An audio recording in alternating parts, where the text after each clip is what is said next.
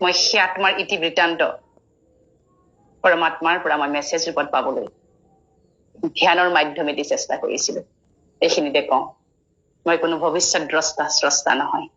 কোনেও যেন মোৰ মৰমৰ ভাই মাতা ভনী সকলোৱে যেন অন্য ধৰণৰে গ্ৰহণ নকৰে কথাটো। ই কেৱল মোৰ ধ্যান যোগ সাধনা আৰু সেই পবিত্ৰ আত্মাৰ প্ৰতি থকা মোৰ শ্ৰদ্ধা মৰম আত্মিক প্ৰেমৰ কিছু অনুভৱ শুনোৱাবলৈ প্ৰয়াস কৰিছো। আৰু যেতিয়া মই ধ্যানত থাকি যিখিনি মেছেজ পাইছিলো সেইখিনি মই লিখি ৰাখিছো। খৰখেদাকৈ লিখিবলগীয়া হৈছিল। মেছেজবোৰ বেছি সময় কাৰণে নহয়, ছেকেণ্ডত আহে। গতিকে এনেধৰণৰে লিখিছিলো, কিন্তু মোৰ হাতৰ আখৰ খুব বেয়া হৈছে, কাৰণ মই চিম্বলিক আখৰ দি লিখিছিলো।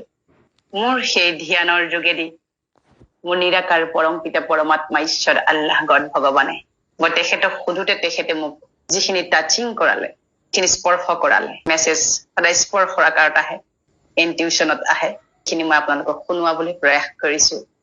প্ৰিয় জুবিন গাৰ্গ এইবাৰ জেনেৰেশ্যন বিটাৰ অন্যতম নায়ক হৈ পেলাই জন্ম লব।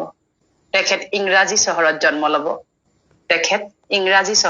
লব।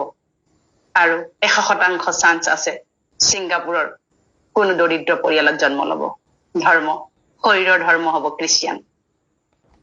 খ্ৰীষ্টিয়ান ফেমিলিত তেখেতৰ জন্ম হব। জন্মৰ তাৰিখটো মোৰ মনলৈ আহিছিল বাবে লিখি ৰাখিছো। পুনৰবাৰ কওঁ, এয়া 100% সঠিক বেসঠিক মই নাজানো। ইনটিউচনত যিখিনি আহিছিল মই লিখি ৰাখিছিলো। 19 এপ্ৰিলৰ পৰা 19 মেৰ ভিতৰত 2026 চনত তেখেতৰ জন্ম হব। এজন পৃথিৱী বিখ্যাত পপ ষ্টাৰ হব।